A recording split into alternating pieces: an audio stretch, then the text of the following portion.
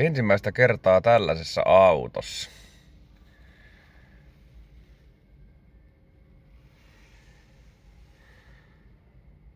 Sitten lähdetään koeajolle. Tietää mikä vehe tää on.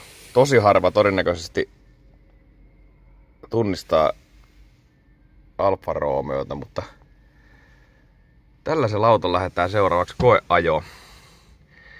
Ja katsotaan, että onko tästä mihkään.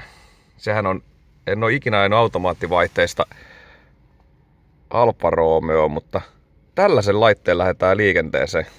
Polkimi on just sen verran, kun autossa kuuluu olla. Ei näy tällä hetkellä sinne. Mutta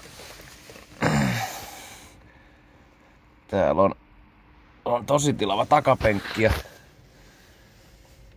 tällaiset logot on näissä. Tällä lähdetään seuraavaksi koeajorundille. Katsotaan, että miten tää tämmönen toimii. Täällä on tämmöiset isot läpykätkin, millä pystyy sitten läpytellä. Tällä lähdetään liikenteeseen. Katsotaan, tarttuuko tämmönen käteen.